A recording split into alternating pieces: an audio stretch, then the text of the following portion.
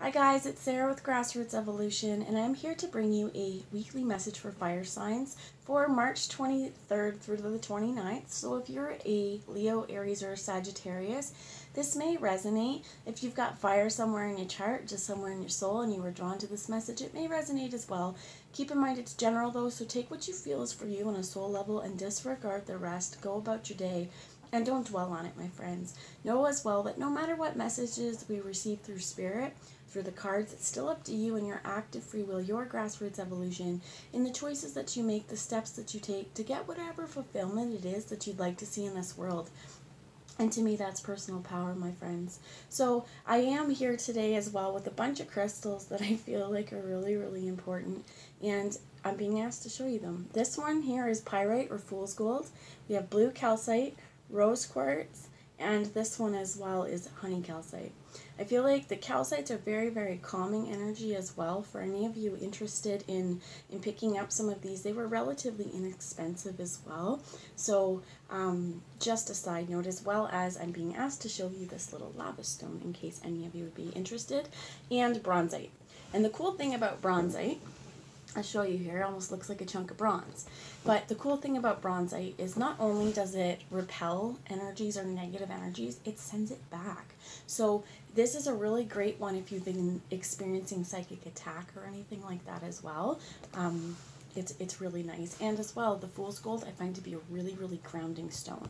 So this particular piece of lava stone as well can help with challenging emotions as well, anger management, just kind of soaking up as well negativity and helping us to transmute the volatile energies within ourselves. So before I get started, I'm going to thank you all for being here. Seriously, guys, it means the world that you did. If you're new to my channel, welcome. If you feel at the end of this that it's resonated, please feel free and subscribe. Join the journey with me. Help me build my channel and let me encounter your energy more often. And for all my subscribers, thank you guys from the bottom of my heart. Seriously. We're going to get started here. I'm going to call in Archangel Michael and Archangel Metatron to guide, guard, bless, and protect myself, this reading, and any of you who would ask for it, as well as to use me as the clearest channel possible and the most far-reaching of messages. And I would suggest that you ask the same as well, that messages only come for the highest good of those of us watching and in a way we can understand. So I'm going to start right off today with the Zombie Tarot. We'll just kind of put these little rocks down here as well and see what information Spirit has as an overarching energy for this week for fire signs. So for Leo, Aries, or Sagittarius, for March 23rd through the 29th, please. Wow, okay. So I'm going to take what jumped here. The first one that jumped is the Three of Hazards and working together, as well as in this one, it is family. And if you see, they're kind of like playing fetch here with potentially an old family member who's become a zombie, but not excluding. This is about inclusion as well. And this is in the physical. This is an earthy quality. We got two more cards that came out with the Five of Cups. I feel like this energy could either be, these two might be past, but we'll figure that out. Not quite sure how I'm feeling it yet. But we have the Five of Cups here. And this Five of Cups is sorrow and wallowing in sorrow and our grief and feeling like we've lost something. And what I find interesting about this card is we have these two people very, very real, very, very fleshy in their wounds, right? This loss still being very new. But the issue being that they're so caught up in their grief and their mourning that they're not seeing, I believe it's here, danger lurking around the corner. So remembering to keep an open mind here. But we also have the Hermit. And this particular person is potentially self-isolating, staying to themselves. And in a period of grief here, I feel like isolating themselves to the outside world, but focusing on what means something to them. They've got a box of chocolate down here, a little bit of indulgence, reading a book. To me, this says self-care.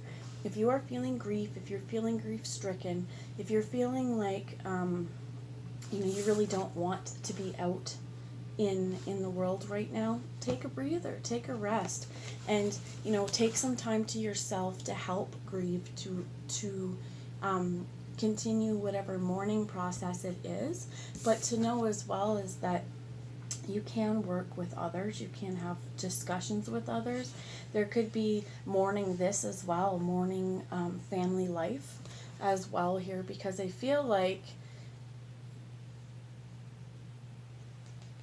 there's something here of this person being treated like a dog. For some of you, this Three of Hazards could have been something not always for your highest good as well, but we'll clarify that. So, can you tell me about the Three of Hazards? We get the World come here, and if you look, I love this. My oldest son suggested I use the Zombie Tarot today, guys, so I followed him. They usually know what to do, and we see this world is on fire, right? This world, there's impact. It looks like this world is going to crash down on them, but these two lovebirds are safe underground in a bunker.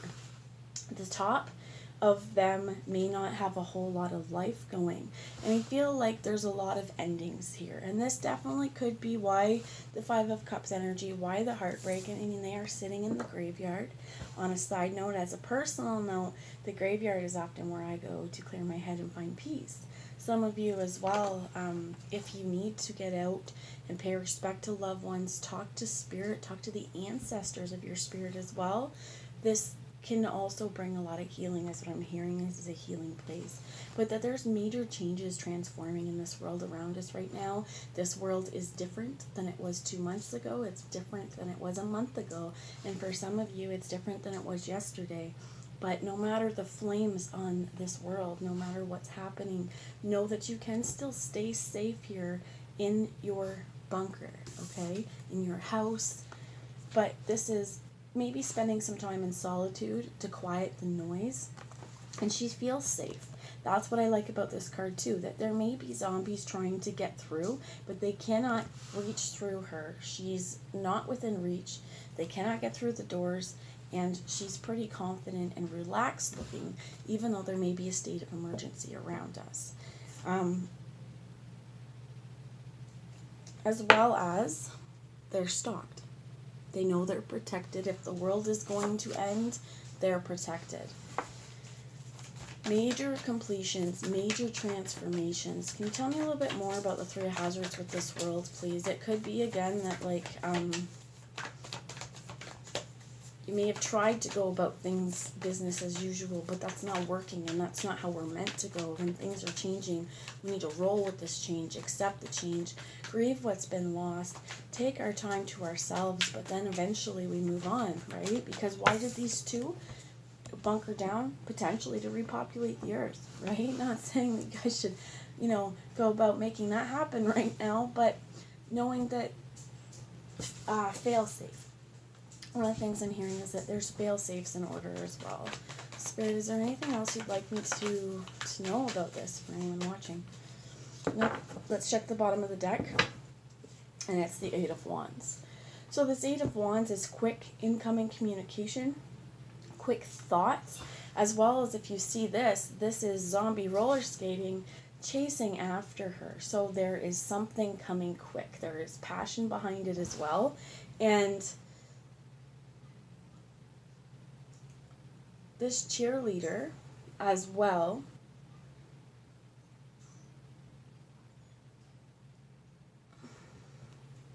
I'm hearing figure eights.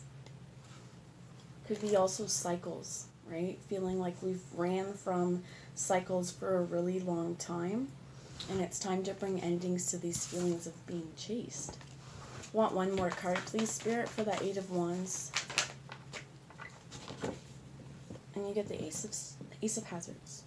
So, and they want me to take this card, which is the Ten of Hazards. So, the 1 to the 10. That this is new, this is grounded, this is stable. Whatever comes with the completions, it may be quick. It may be something that you've wanted for a long time. There could be a lot of passion. What I heard as well is there could be some fear with this fire energy, but this is also where you guys are showing up because it is you. It is fire energy.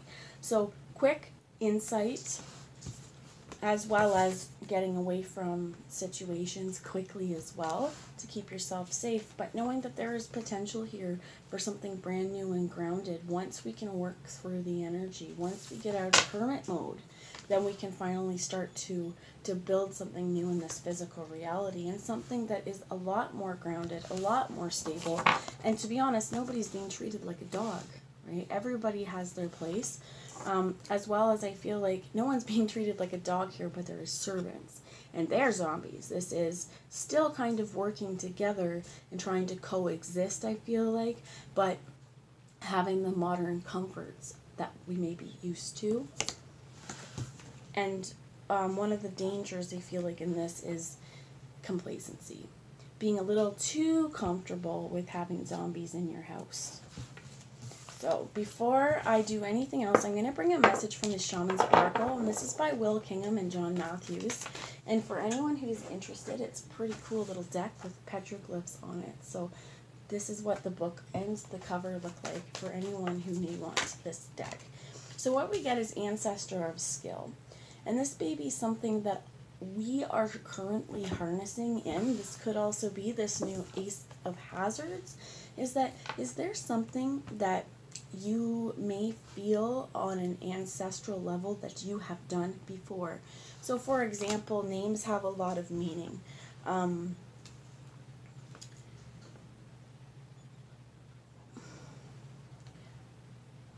Oftentimes our ancestors got their names, their last names, from places that they lived, from professions that they did, and these kinds of things. I think this is what this is about as well. I'm going to take a message from the book for you guys and see what this has to say, though. I opened straight up to Ancestor of Knowing and Ancestor of Illusion, and I think that's also important too, because this is now seeing what is real, what is not real, and if I take time to myself and get myself out of the panic, I can really see that there's something new about to spread, something new about to sprout, and this is yours for the taking. So let's get to Ancestor of Skill and see what they have to say.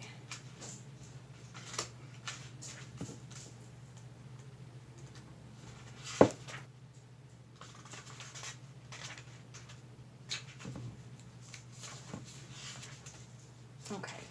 So I'm going to hold the card up. If I trigger you throughout this, use it, right? Use your empowered vulnerability. How did it make you feel? Why was it here? Why did this feeling or thought come into your conscious awareness? And how can you use this going forward to create positive change in your life? I am the Ancestor of Skill. I teach you how to find a sense of balance and wisdom and how to channel this into whatever task you undertake. I can enable you to uncover the skills latent within you that will endue you with positive energy. I stand for the artistry of life itself and can teach you how to best access the single most important skill of all, knowing the art of living. The artful and versatile soul can always find a way, no matter how wide or deep the chasm ahead. Many cave images depict ancestral figures that are part human and part animal, symbolizing the fundamental connection between them. Skills can be learned through observation, but this need not be limited to observing humans. Here the Ancestor of Skill appears as a hybrid of a deer and a person, expressing how important it is to blur the edges of common perception and seek skills from unusual, even unlikely sources. Crucially, we must look within ourselves to harness the ability we already possess, but have not yet discovered. They are often more enriching. Interpretation of this card could be skillful progress, recognizing your abilities, understanding the process of daily living, living skillfully, dancing where others run, finding joy in the skill you already possess. What are your skills? What are you good at? Is there something you'd like to try? Are you thinking about going back to school for a trade? Could be really lucrative for you. Could provide a lot of senses of security. For some of this, with the Five of Cups, this is feeling left out in our heart space and having our worlds kind of turned upside down here with the Three of Hazards in the world and the Hermit and the Eight of Wands being like this. It's all happening fast, right? I feel like now, more than ever, we're being called to use the skills we possess, to live skillfully, to live with less, and to build a new way of being in this world. And I ask for one more message from this card, please, or from this deck, please, as something else you would have anyone watching know for Leo, Aries, or Sagittarius.